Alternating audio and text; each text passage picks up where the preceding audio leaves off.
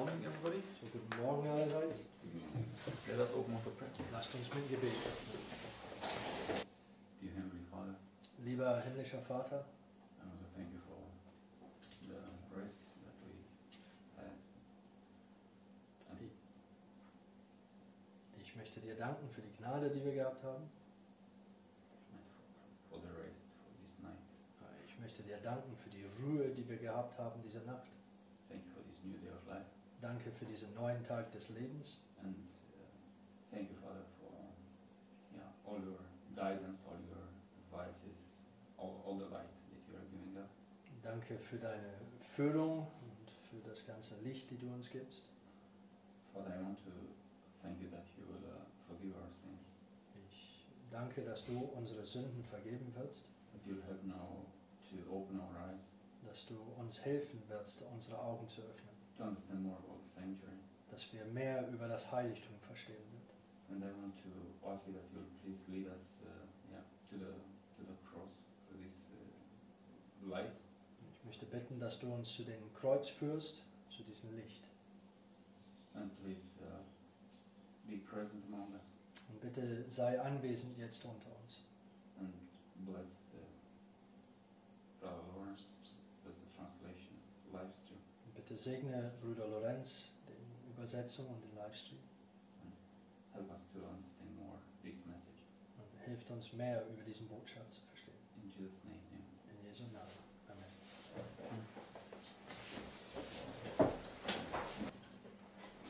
Okay, so the notes are in the live stream group. So, es gibt Notizen in den Livestream.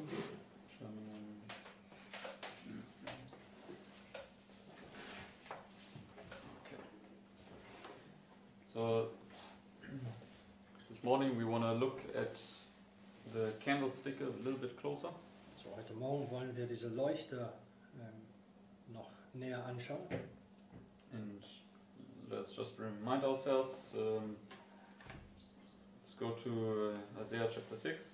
Und zur Erinnerung, lasst uns zu Jesaja Kapitel 6 gehen.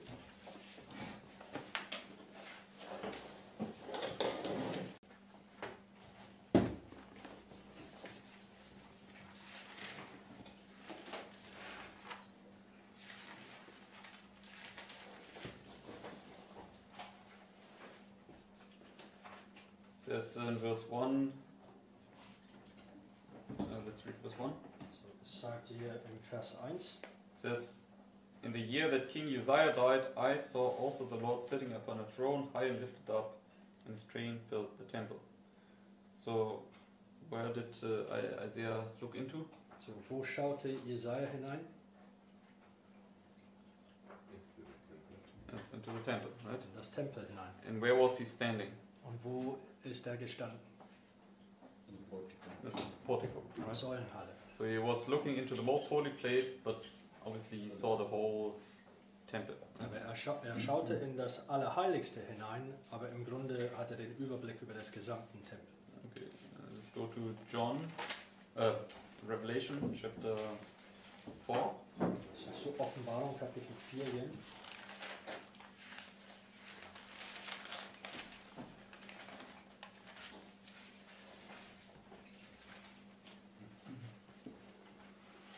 Let's read verses 1 to 3 and then verse 5.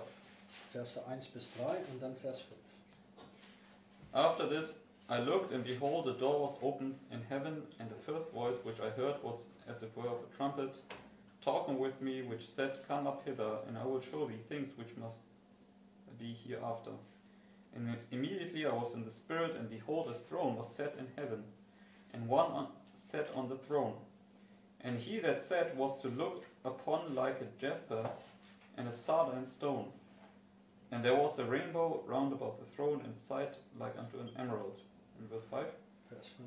And out of the throne proceeded lightnings and thunderings and voices, and there were 7 lamps of fire burning before the throne, which are the 7 spirits of God. So what did John see here? So, was hat Johannes hier gesehen? Yes, he also saw the throne, and he saw what else in verse 5? Also dasselbe, da hat er auch den Thron gesehen und was noch im Vers 5? Seven lamps. Yeah, the golden candlestick, right? Also das goldene Leuchter. So, in Sister White says, he was shown the first apartment of the sanctuary here. Und Ellen White sagt, dass er den ersten Abteil des Heiligtums hier gesehen hat. Okay, and now let's go to Zechariah chapter 4. Und jetzt gehen wir zu Sacharja 4.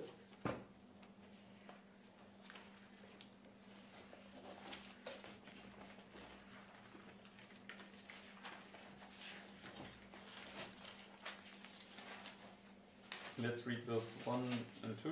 Die Verse 1 und 2.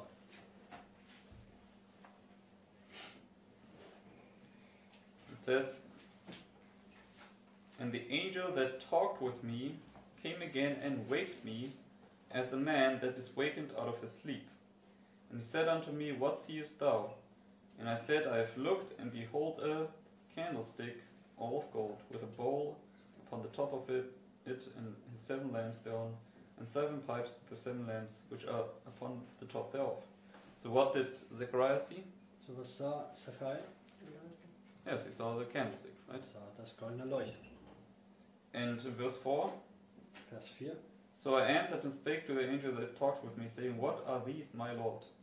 So did he understand everything he saw there? So hat er alles verstanden, was er gesehen hat?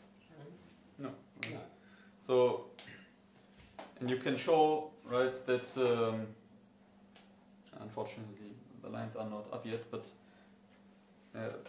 we have this number 10, for instance, in the box of the Midnight Cry to the Final Review, right? Also es gibt diese Nummer 10 in den Box von Mitternachtsruf bis zur finale Untersuchung. And that's a parallel to the little 10 just where we're in now. Und das ist eine Parallel zu den 10, in denen wir uns gerade befinden.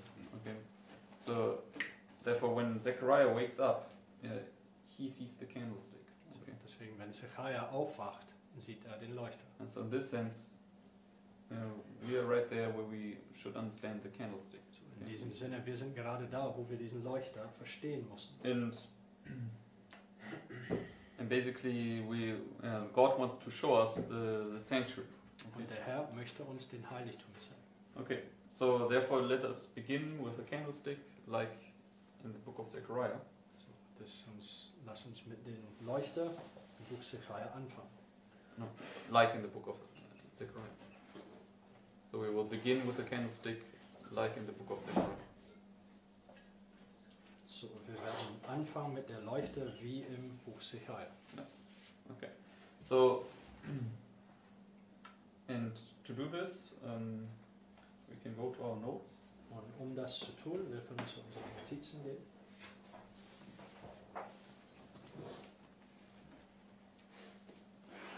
It's mainly Bible verses, Das ist hauptsächlich Bibelversen in den Notizen. but we'll read through them. Okay. So maybe let's begin in Exodus 25 first. So, lass uns im 2. Buch Mose 25 anfangen. And Zuerst. let's read verse 31 down to verse 40. Wir lesen die Verse 31 bis 40. And let's read 3 verses each. It says, "And thou shalt make a candlestick of pure gold, of sweetened wood shall the candlestick be made, his shaft and his branches, his bowls, his knops of his flowers shall be of the same. And 6 branches shall come out of the sides of it, 3 branches of the candlestick out of the one side, and 3 branches of the candlestick out of the other side. 3 bowls make like unto almonds, with a knop and a flower in one branch. And 3 bowls make like almonds in the other branch, with a knop and a flower. So in the 6 branches that come out of the candlestick."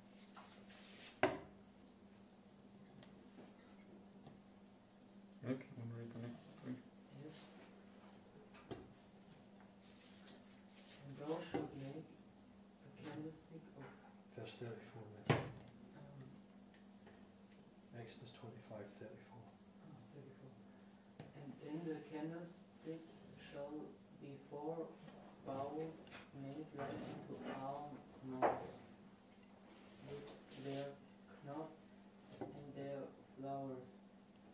And there shall be a knot unto two branches of the same, and a knot unto two branches of the same, and a knot unto two branches of the same, according to the 6 branches that proceeded out of the candlestick. Their knops and their branches shall be of the same, all it shall be one beaten work of pure gold. Okay. You just read all the rest, Philippus. And thou shalt make the 7 lamps thereof, and shall light the lamps thereof, and they may give light over against it. And the tongue thereof, and the snuff dishes thereof shall be of pure gold. Of a talent of pure gold shall it make it with all the vessels. And look, that thou make them after their pattern, which was showed thee in the mount. Yes. Okay, so when you read all these things, right, sometimes you think, can't we even comprehend what it says? Right? Also wenn wir all diese Dinge lesen, wie sollen wir denn begreifen all das, was da bedeutet? I mean, not symbolically, but I mean, even the literal reading sometimes is difficult to understand. He gives all these instructions how to build it, right? Noch nicht mal geistlich, sondern selbst buchstäblich. Manchmal ist es schwer zu verstehen, diese ganze Anweisung. Okay, so you really need to sit down and go through it step by step, and then you can actually understand the instruction that is given there. Okay. Man muss sich hinsetzen und Schritt für Schritt durchgehen, damit man den Anweisungen verstehen kann. Okay, so first of all, what material was it made of? Zuerst, aus welcher Materie ist das gemacht? Pure gold. Okay, pure gold. Pures Gold.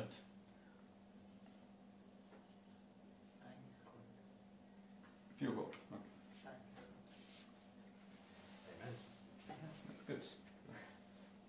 Every word must have its proper bearing, right? Also jedes Wort muss seine Okay, richtige Stelle haben. so because everything has its meaning. Okay. Alles hat seine Bedeutung. Okay, so let us remind ourselves again what actually the candlestick represents. Okay.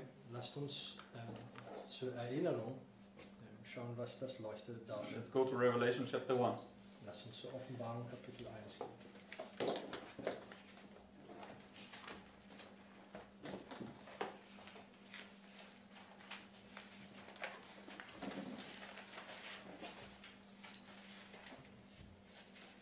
Revelation chapter 1, and let's, because in Revelation 1 he sees Jesus walking among the 7 candlesticks, right? Offenbarung 1, weil in Offenbarung 1 Johannes sieht Jesus, der unter den Leuchtern wandelt. Okay, now let's read verse 20. Vers 20. And Sister Subi, you want to read Revelation 1 verse 20, please? The mystery of the 7 stars which thou sawest in the right hand and the 7 golden candlesticks. The 7 stars are the angels, and the 7 churches, and the 7 candlesticks which thou sawest are the 7 churches. Okay. So, did you understand, Susie? What are the candlesticks based upon this verse? So, was sind die Leuchter? 7 churches, Yes. 7 stars. Okay, it says here the candlesticks are the 7 churches, right? So, es sagt hier, dass die Leuchtern sind die 7 Gemeinden. So if 7 candlesticks are 7 churches, what is 1 candlestick? So, wenn 7 Leuchtern 7 Gemeinden sind, was ist eine Leuchter? 1 church, okay. Eine Gemeinde. So, but the number 7, what does it denote in the Bible? Aber die Nummer 7, was bedeutet das? The number of completion, right? Das ist die Nummer von Vollendung. Okay, so therefore it's not necessarily 7. I mean, it was back then literal 7 churches, but it also means the whole church as a whole, right? Also damals war es schon buchstäblich 7 Gemeinden, aber sinnbildlich ist bedeutet durch das Nummer 7, also die gesamte Gemeinde. Okay, so if the candlestick represents the church, Also wenn der Leuchter die Gemeinde darstellt and the candlestick was to made out of pure gold, und diese Leuchter aus pures Gold gemacht werden sollen, what does it mean? was heißt das? Das ist Pure Church. Okay, so pure church. Okay, let's go to Revelation chapter 3. Das ist eine reine Gemeinde. Also lasst uns zur Offenbarung 3 gehen.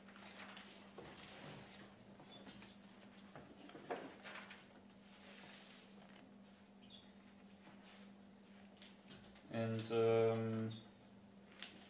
let us read verse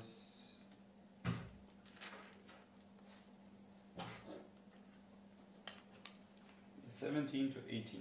Lasst uns die Verse 17 und 18 lesen.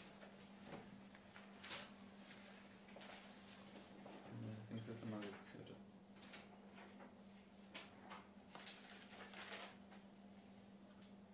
Because thou sayest, I am rich and increased with goods and have need of nothing, and knowest not that thou art wretched and miserable and poor and blind and naked.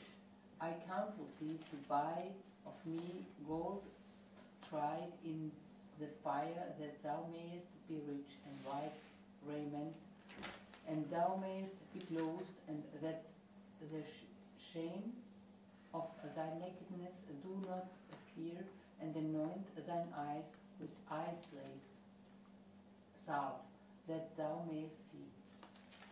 Yes. Okay. So what is Jesus telling us? What should we buy? So, was sagt Jesus hier? Was sollten wir kaufen? Gold. Yes, gold, right? Gold. So we need gold, okay? Wir brauchen Gold, Because we are to be made out of pure gold. denn wir sollten aus pures Gold gemacht werden. Okay, let's go now to 1 Peter Lasst uns zu 1. Petrusbrief gehen, in chapter 1, Kapitel 1, verse 7. Vers 7. What does gold represent? Was stellt Gold dar?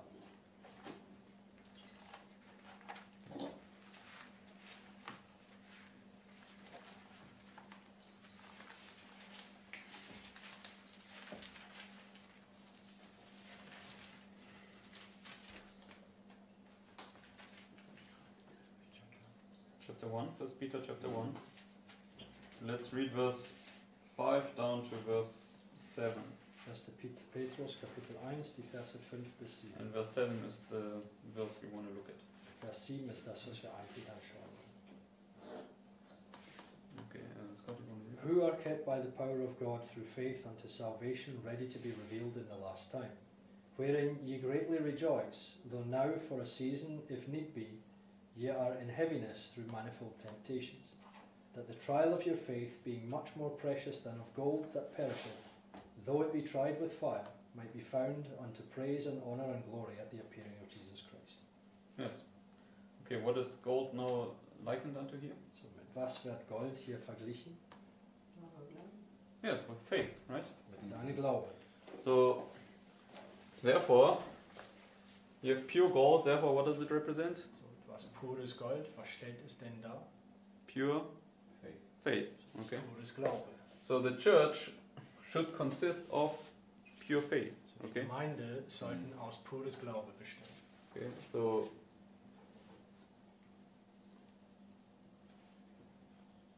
what else? Was noch? Okay. And we remember, right? In the chasm, you're tested upon what?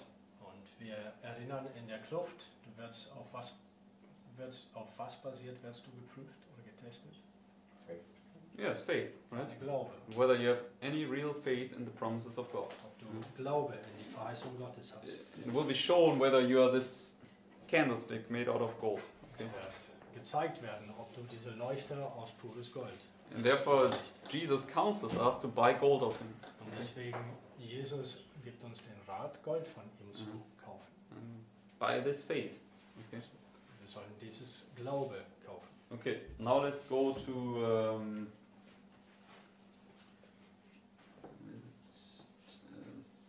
2 Timothy, chapter 2. Lasst uns jetzt zu 2. Timotheusbrief, Kapitel 2 gehen.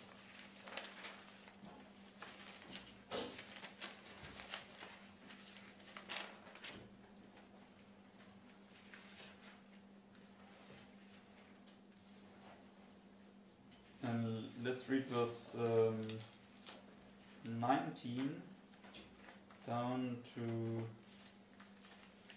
20. Und wir lesen die Verse 19 und 20. Or 21 we can read. 19 bis 21.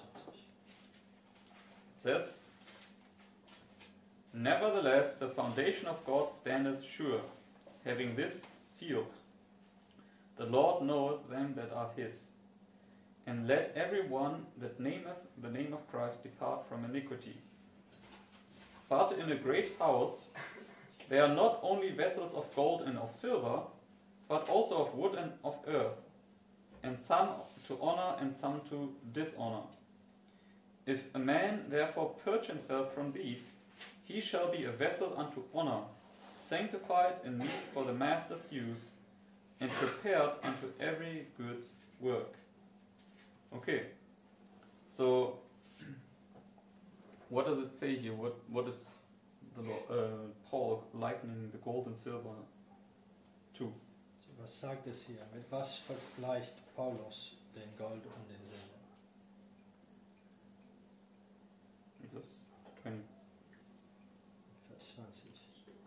So that in a great house there are not only vessels of gold and of silver, but also of wood and of earth, and some to honor and some to dishonor. Mm.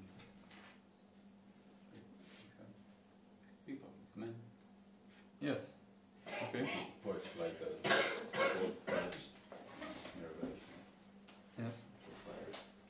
And it says here that some are to honor and some to dishonor. Yeah. Es sagt hier einiges zu Ehre und einige zu Unehre. So, as I read it, the gold and silver are to honor, but the wood and earth is to dishonor. So wie ich das lese, das Gold und Silber sind zu Ehre und die von Holz und Erde zu Unehre.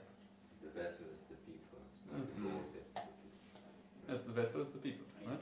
Also diese Gefäße spricht über Menschen. So there's some people in the house that are wheat and some are tares. Es sind Okay. einige im Haus, die sind Weizen und einige sind Unkraut. And those that are of gold and silver are the ones to honor, and those that are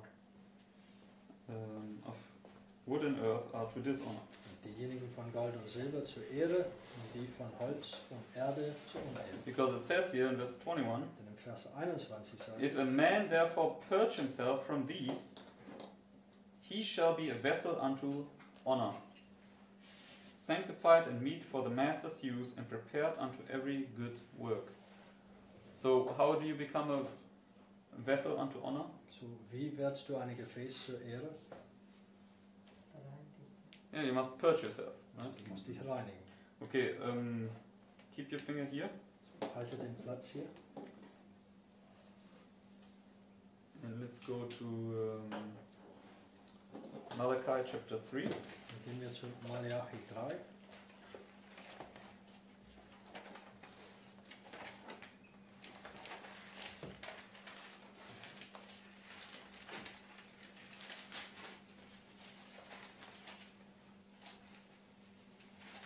Let's read verse 3 and 4. Die Verse 3 und 4.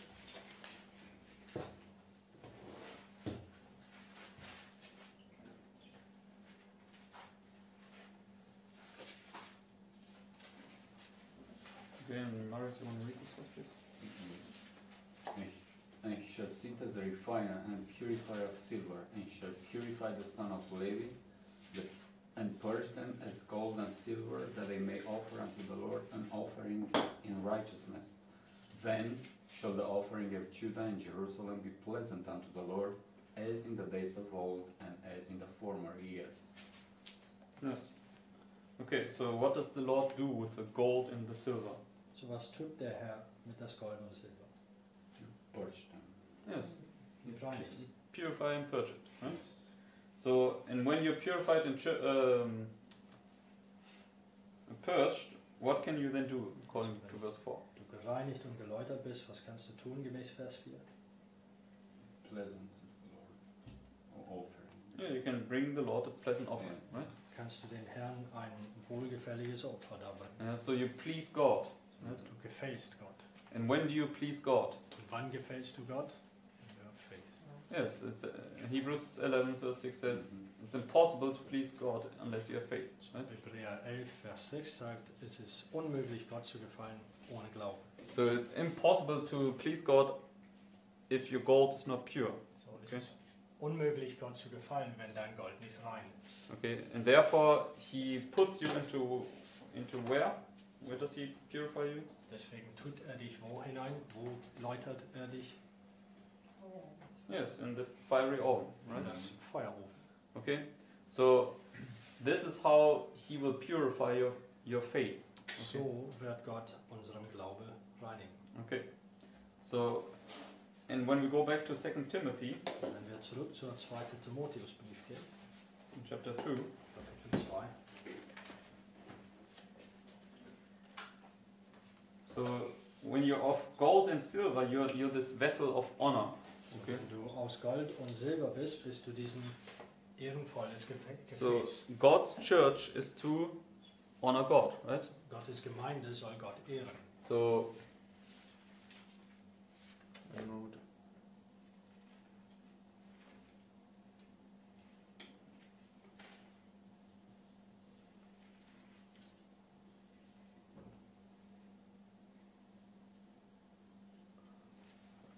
So this is what the Lord wants to teach us. We as a church, we are to honor God. Okay. Das ist das, was Gott uns lehren möchte, dass wir als Gemeinde Gott ehren sollen. And therefore it was made out of pure gold. There was nothing else in there. Und deswegen ist es aus pures Gold gemacht werden. Es gibt nichts anderes da drinnen. Okay, and when we read verse 21, Und wenn wir hier in 2. Timotheus Vers 21 lesen, if a man therefore purge himself from these, he shall be a vessel unto honor, sanctified and meet for the master's use, and prepared unto every good work. So, when you're not purified, what are you prepared for? also wenn du gereinigt bist, für was bist du vorbereitet? For every good work. Jeder gutes Werk. Alright, so this should lead to good works. So, das sollte zum guten Werken führen.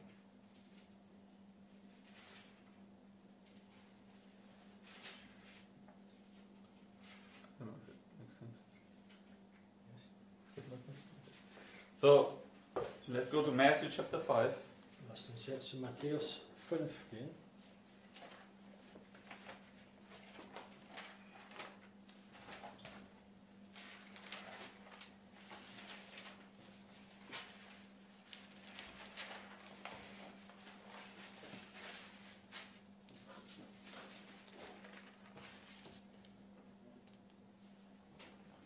And let's read verses 14 to 16. Und wir lesen die Verse 14 bis 16. And Nick, it's your turn.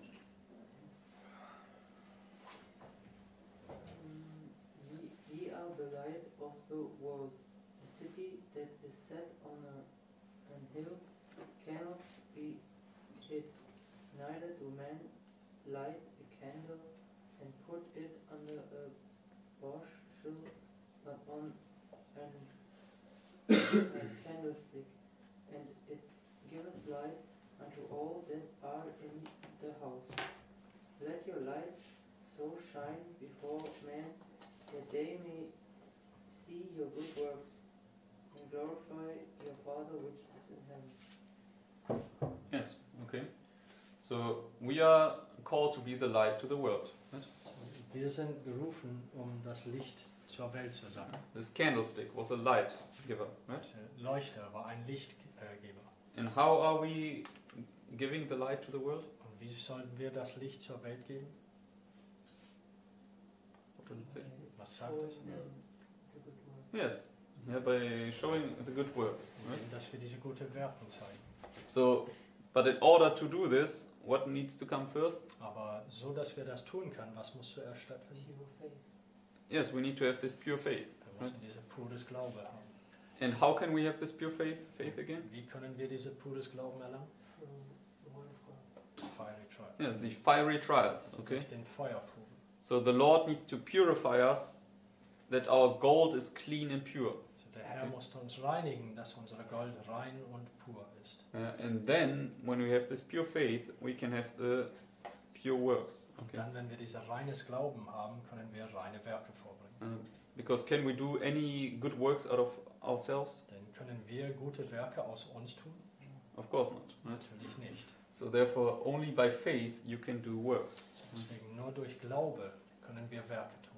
Okay, therefore should we murmur and complain when we have trials and Deswegen temptations? sollen wir murren und klagen, wenn wir Versuchungen und Schwierigkeiten haben? No, right? Nein.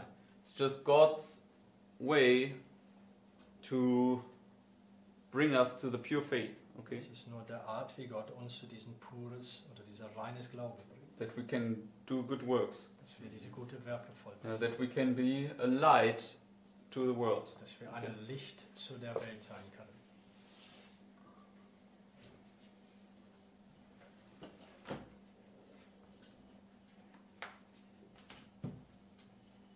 Okay, where do you find a story where the candlestick shed light upon something?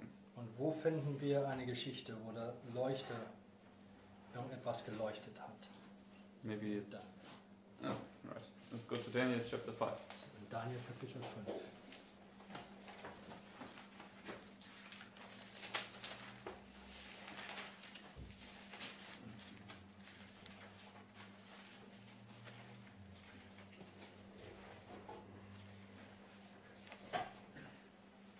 Because here in this feast of Belshazzar, Denn hier bei diesem Fest von Belshazzar, they took all the vessels of the temple, right? die haben die gesamte Gefäße aus dem Tempel gebracht. And then they drank wine in these golden cups of the temple. Und die haben Wein aus dieser goldenen Tempelgefäße getrunken. But they also brought the candlestick there. Aber die brachten auch der Leuchter, Okay, now let's read the verse 4 and 5. also die Verse 4 und 5.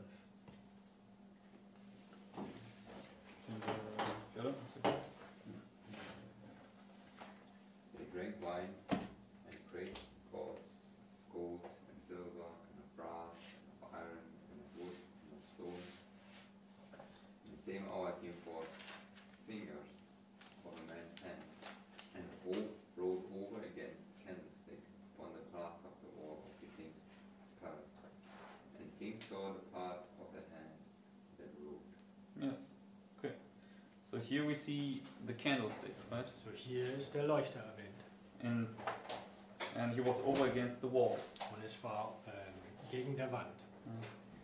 And then this finger of God came. Dann kam diese Finger Gottes. So therefore we can, when we bring these things together, you can see it's the church is there, Also wenn wir diese Sachen zusammenbringen, wir können sehen, da ist die Gemeinde. and then you also have this, this judgment of God being illustrated there on the wall. Und dann Okay. dieses Gericht Gottes, die auf den Wand dargestellt ist. So when you have a candle right over against the wall, what does it do? Also wenn du einen Leuchter genau gegen den Wand hast, was tut es? Lights up the wall. Yes, lights up the wall. Es Okay. leuchtet den Wand So it auf. shows us basically that it's God's church that will give light to these judgments of God. So Okay. ist es Gottes Gemeinde, die Licht auf diesen Gerichte Gottes werfen wird. So that's one illustration of what God's church is to do. Das ist Okay. eine Darstellung dessen, was Gottes Gemeinde tun wird. Okay. And so it's a light to the world, and basically Showing God's judgment.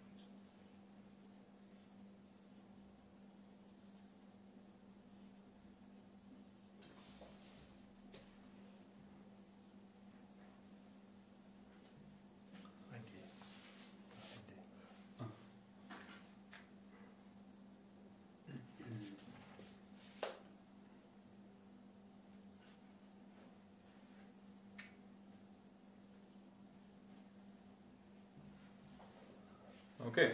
So ein Licht zu der Welt und zeigt Gottes Gerichte auf. Yes. Okay, now let's go back to Exodus 25. So, lasst uns zurück zur 2. Buch Mose 25.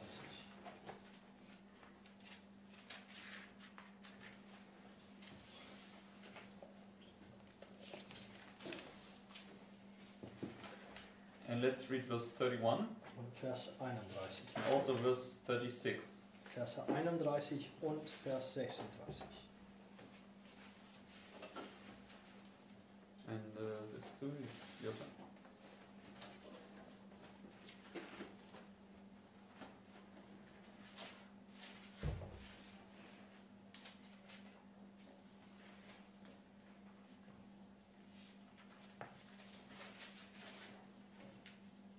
And thou shalt make a candlestick of pure gold, of beaten work shall the candlestick be made, his shaft and his branches, his boughs and his knops, and his flowers shall be of the same. And 6 branches, Ja, Vers 36. their knops and their branches shall be of the same, wherewith it shall be one beaten work of pure gold. Okay, so what kind of work is it? So, was für ein Werk oder was für eine Art Werk soll das sein? Big. Also, Beaten. gehauene.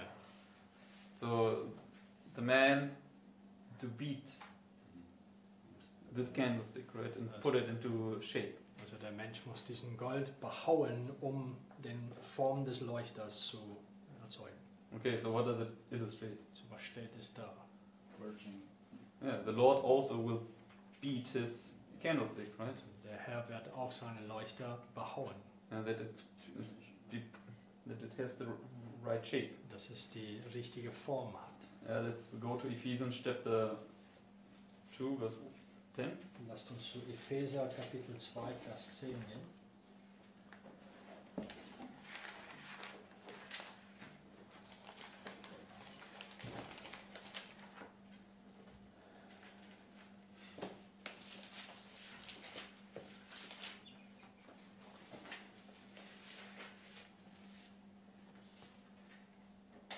Sister Mary, that's your turn. And that's also in your notes, by the way.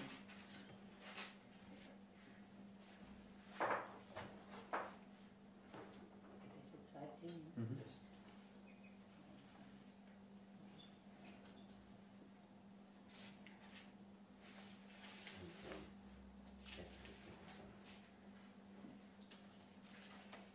For we are his workmanship, created in Christ unto good works, which God has before ordained that we should walk in them.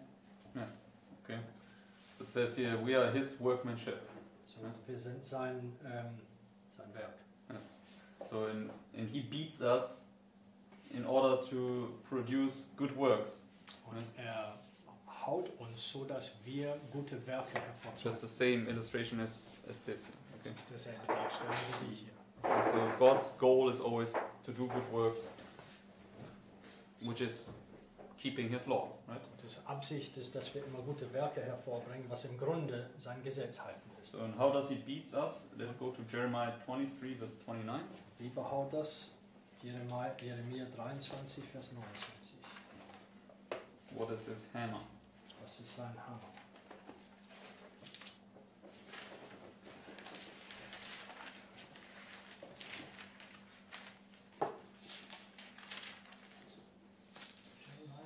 Jeremiah 23, verse 29. Is not my word like a fire, saith the Lord, and like a hammer that breaketh the rock in pieces? Yes. Okay, so what is his hammer? So was ist sein Hammer? Das Wort. It's his word. Sein Right. Wort. Okay, so if we submit ourselves under his word, we submit ourselves under his hammer. So, Okay. wenn wir uns sein Wort untertun, dann geben wir unter sein Hammer.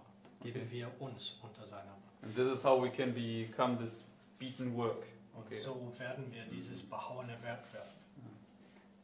Now let's go to Hosea chapter 6, Lasst uns jetzt zu Hosea 6 gehen. verse 5. Hosea 6 und Vers 5.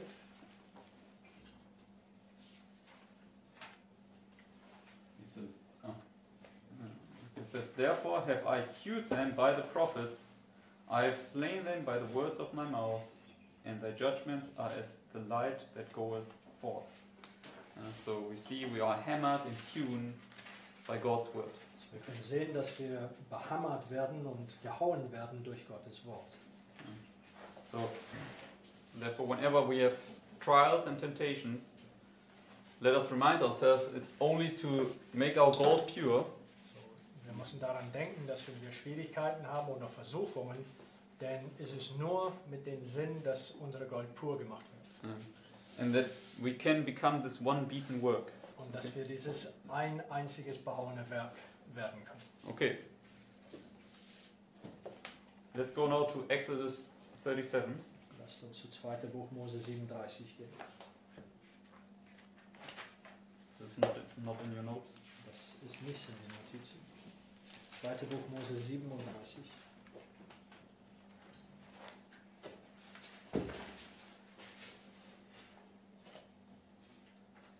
And let's read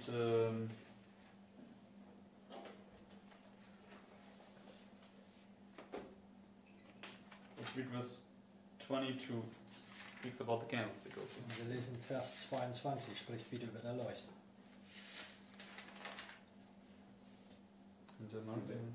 Their knops and their branches were of the same. All of it was one beaten work of pure gold. Okay, and now verse 24. Und jetzt Vers 24. Of a talent of pure gold made he it, and all the vessels thereof. Okay, so it's one beaten work, and what does it say? Es ist ein behauenes Werk, Das- aber was sagt es? Verse 22. All of it was one beaten work of pure gold. So Das Gesamte war ein behauenes Werk von pures Gold. how can you what does it mean So, was heißt das? when it's one beaten work of pure gold? Wenn es ein behauenes Werk von pures Gold ist. It's not made up of different parts. Yes, exactly. Okay. Es ist nicht aus verschiedenen Teilen zusammengeschmiedet. Not that he made first one branch and then another branch and at the end he put them together. Es ist nicht, als wenn er ein Zweig aus Gold gemacht hätte und dann das zweite und am Ende hat er alles zusammengefügt. No, he just took this one talent of gold and he formed out of this one talent of gold this whole candlestick. Er hat diese ein Talent Gold genommen und aus dieser ein Talent hat er das gesamte Leuchte behauen. Okay, and it is the church, right? Und wie gesagt, es ist die Gemeinde. So what does it represent when it's not different parts So, was stellt es denn But- dar, wenn es nicht verschiedene Teile sind, but one beaten work? aber ein einziges behauenes Werk?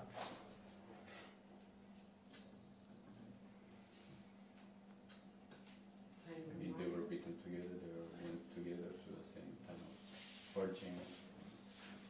Yes, okay. Okay, dass sie, wenn sie zusammen behauen worden ist, heißt es, dass die alle gemeinsam durch denselben Läuterungsprozess hindurchgegangen sind. Yes. Ich denke, jetzt habe ich verloren. Die sind einen Sinn. Yes. Also die Okay. sind eines Sinnes. So that God's church is not separated into different fragments, right? Also Gottes Gemeinde ist nicht in verschiedene Faktionen unterteilt. But it's one body, Paul Es says. ist Right? eine Körper, sagt Paulus. Let's go to this passage. Let's go to 1 Corinthians chapter 11, I think it is. Lasst uns 1. Korinther 11 gehen. Or maybe it's chapter 12. No, it's chapter 12. 1. Korinther 12.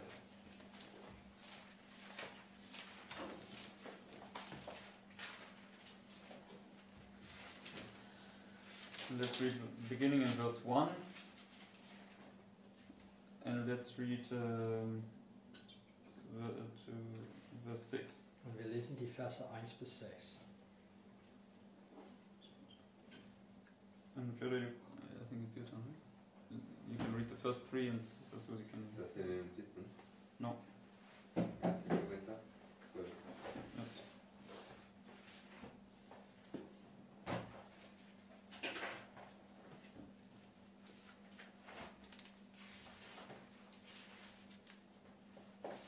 Verse 1 bis 6. Yes. But you can read 1 to 3 and Susie reads the rest. Now concerning spiritual gifts, brethren, I would not have you ignorant. We know that ye were Gentiles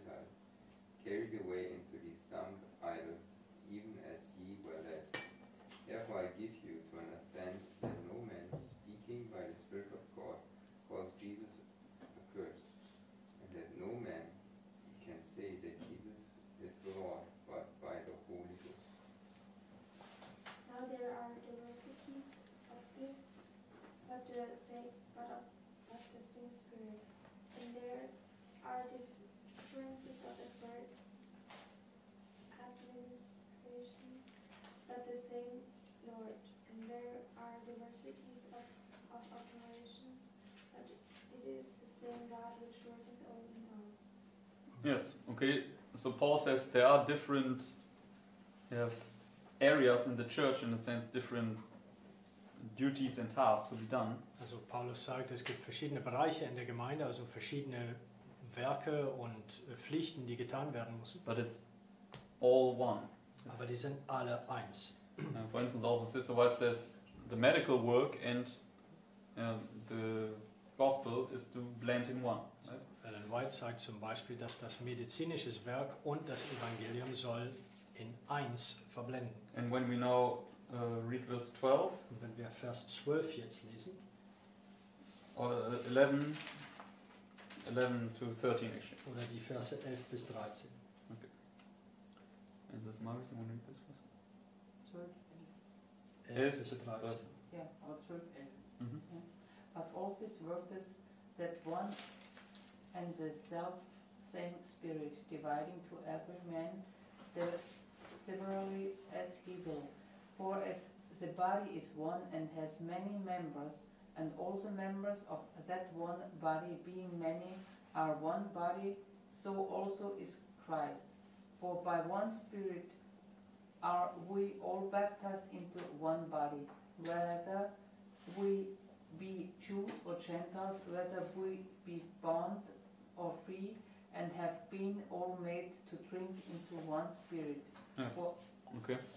So, what are we? So was sind wir? We are one body. Wir sind Okay. ein Leib. Okay. So there's different members, but we are one body. Okay. Es gibt verschiedene Teile, aber wir sind ein Leib. So like the candlestick had different branches, but was all one beaten work. So wie der Leuchter hat verschiedene Zweige, aber es war dennoch aus ein Werk. So what does it teach us? So was lehrt uns das? What are we to strive for? So wonach sollten wir streben? Unity. For unity. So Right? Einheit. Unity in this pure faith. So Okay. Einheit in diese pures Glauben. Okay, and we need to accept the beating work of God that we can become one in this pure faith. Und Okay. wir müssen dieses Werk, das Gott uns behaut, akzeptieren, dass wir eins werden in diese pures Glauben. So this beaten work represents God will shape us, Und dieses Hauwerk heißt, dass Gott wird uns formen. and that it's one beaten work Das ist ein behauenes Werk.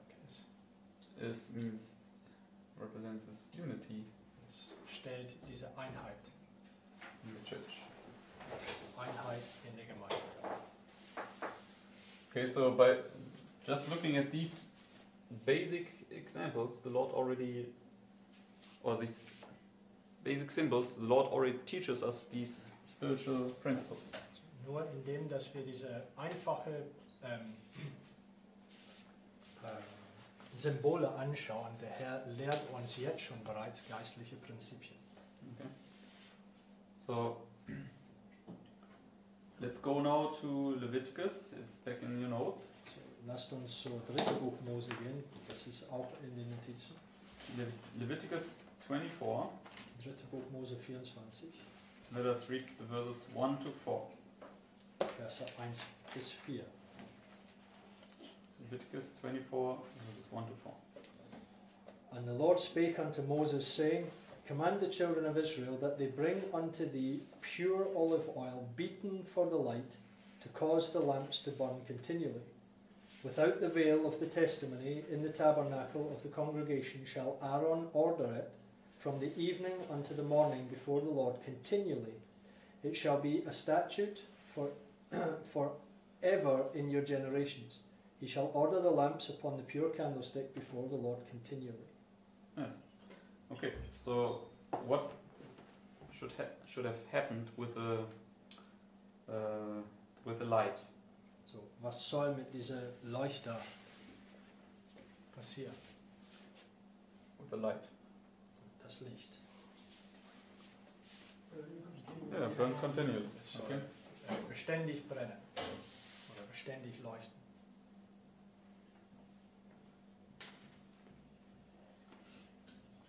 So if it burns continually, what does it continually produce? Also wenn es beständig brennt, was erzeugt es beständig?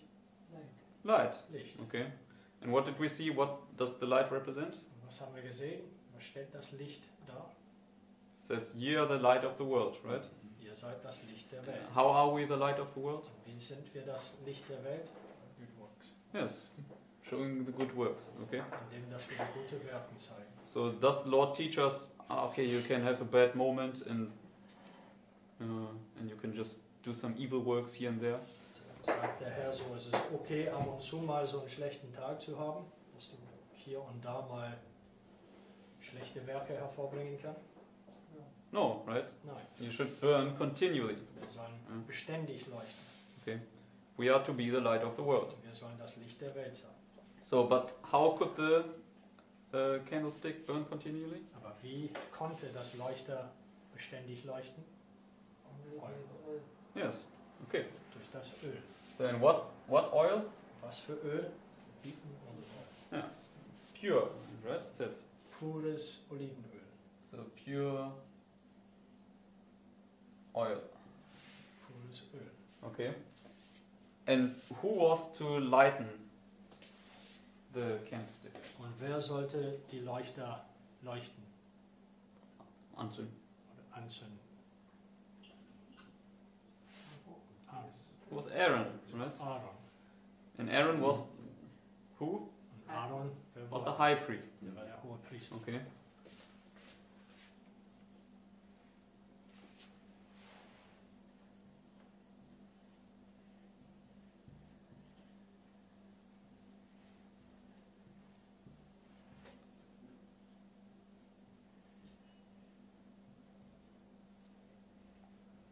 So, who is the high priest? So, wer ist der hohe Priester? Jesus. Das ist Christus. So, what does it teach us? Who can only lighten our lamps? Was lehrt uns das? Wer ist der Einzige, der unsere Lampen anzünden kann? Jesus, Das yes. ist Jesus. Mhm. So, we need to have this constant relationship with Jesus that he can lighten our lamps. So, wir Okay. müssen diese beständige Beziehung mit Jesus haben, damit er unsere Lampen anzündet. And yesterday, what did we see? Who brings this oil to us? Und gestern, wie haben wir gesehen, wer bringt dieses Öl zu uns? Yeah, the two anointed ones, right? Die zwei Gesalbten.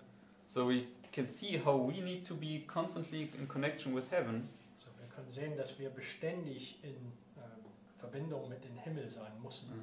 that we can receive the oil and that the Lord can make sure that our lights doesn't go off. Damit wir das Öl erhalten können und der Herr dafür sorgen kann, dass unsere Leuchten, unsere Lampen nicht ausgehen. Because we are to burn continually. Weil wir müssen beständig brennen. Okay. Let's go now to Exodus 30, verses 7 and 8. Lass uns zu 2. Buch Mose 30, Verse 7 und 8 gehen. Because when was Aaron to come and lighten these candles? Denn wann sollte Aaron kommen und diesen Leuchtern anzünden? Okay, Exodus 30, verses 7 to 8. 2. Buch Mose 30, Verse 7 und 8. It says, "And Aaron shall burn thereon," that's now the altar of incense, So spricht über den Räucheraltar. "and Aaron shall burn thereon sweet incense every morning, when he dresseth the lamps, he shall burn incense upon it. And when Aaron lighteth the lamps at even, he shall burn incense upon it, a perpetual incense before the Lord throughout your generations." Okay, so when was Aaron to light the lamps? So wann soll Aaron diesen Lampen anzünden? Morgens, yeah, morning, in the morning and Also morgens und in the evening. abends. Okay, so it's the morning sacrifice and the evening sacrifice. Das Right? ist das Morgenopfer und das Abendopfer. So, and what does Sister White say? What is now our morning and evening sacrifice today? Und was sagt Ellen White? Heute, was sind unsere Morgen- und Abendopfer?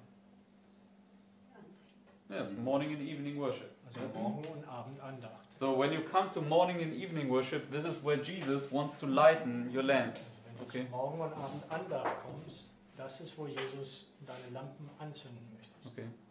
And I hope that he does it also today with us. Okay. Ich hoffe, dass er das auch mit uns heute macht. Okay.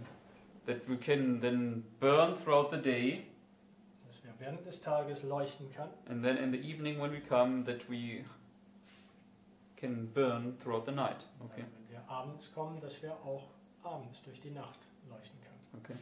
So now let's go down to Revelation chapter 1. So, lasst uns jetzt zur Offenbarung 1 kommen.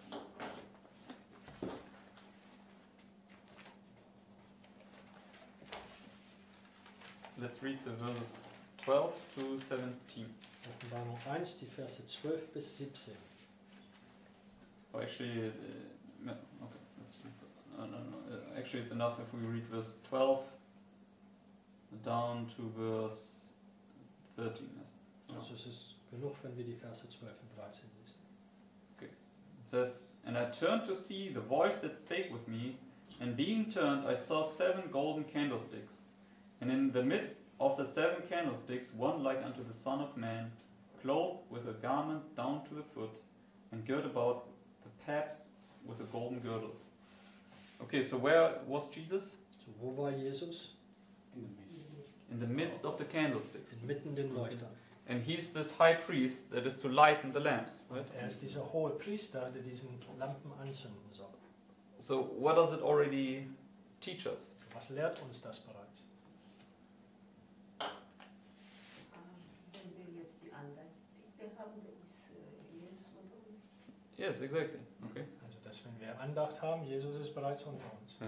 And he's constantly watching that the light doesn't go off. Und Okay. er wacht beständig, dass das Licht nicht ausgeht. So let's read these 2 quotes here. So, lasst uns in die Notizen diese 2 Zitaten lesen.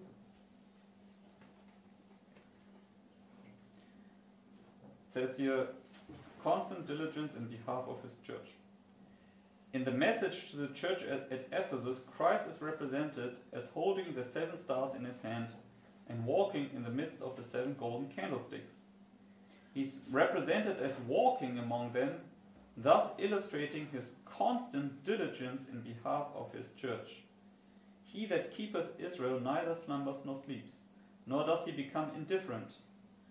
These figures are to be carefully studied by the under-shepherds and faithfully applied to their own experience, that they may not lose sight of the great privilege of securing light from the source of all light and giving it in turn to those whom they labor, for whom they labor. So, therefore we can see Jesus is continually having his watch care over us. So, wir können sehen, dass Jesus beständig seine Wache über uns hält.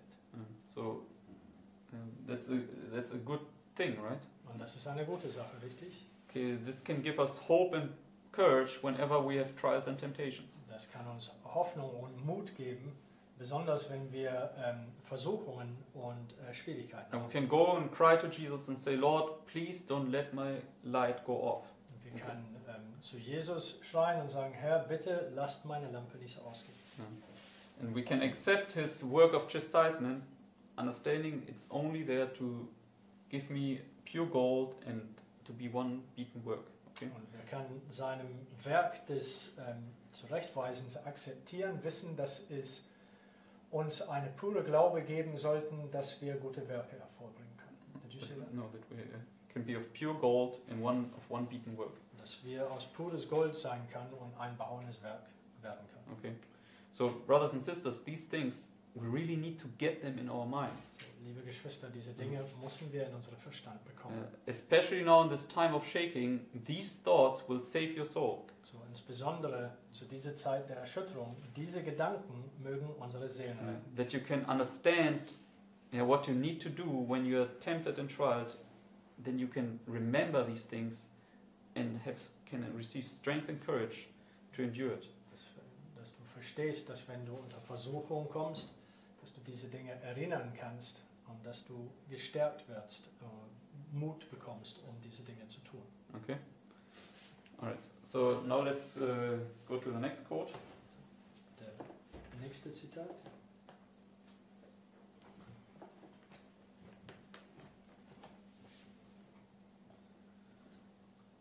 It says the water of the temple courts.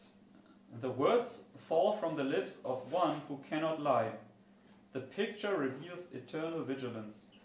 Christ is in the midst of the 7 golden candlesticks, walking from church to church, from congregation to congregation, from heart to heart. He that keepeth Israel neither slumbers nor sleeps. If the candlesticks were left to the care of human beings, how often the light would flicker and go out. But God has not given his church into the hands of man. Christ, the one who gave his life for the world, that all who believe in him may not perish but have everlasting life, is the watchman of the house. He is the warder, faithful and true, and of the temple courts of the Lord. Christ walks in the midst of his churches through the length and breadth of the earth. He looks with intense interest to see whether his people are in such a condition, spiritually, that they can advance his kingdom. So what is Christ looking here this morning?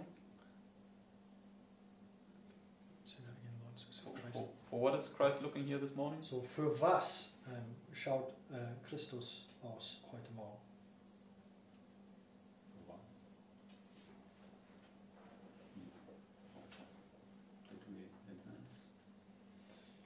He looks whether there's anybody among us whom he can use to advance his kingdom. Also er schaut, ob irgendwer unter uns gibt, die nutzen kann, sein Königreich zu befördern. And he says he's present in every assembly of the church. So do you realize that Christ is present here? Also, wisst ihr, dass Christus hier anwesend ist? Okay. We must keep reminding ourselves how we behave in his presence. Right? Also wir müssen uns immer erinnern, wie wir uns in seiner Gegenwart benehmen. He knows those whose heart he can fill with the holy oil, that they may impart it to others. So the Lord knows that some of us here can receive his holy oil, and they can then share it with others. So der Herr weiß, dass es einige unter uns gibt, die diese heilige Öl empfangen kann, es mit anderen mitzuteilen. Okay, and when you then receive it, you can also then impart it to others. Und wenn du es erhältst, du kannst das auch anderen weitergeben. And this is God's whole purpose for his church. Das ist Gottes gesamte Absicht für seine Gemeinde. Those who faithfully carry forward the work of Christ, representing in word and deed the character of God, fulfill the Lord's purpose for them, and Christ takes pleasure in them. Okay? So if we make ourselves ready vessels for God, for Christ, he will take pleasure in us. So wenn wir uns breite Gefäße für den Herrn stellen, dann wird Wohlgefallen in uns haben. And we can be these vessels of honor.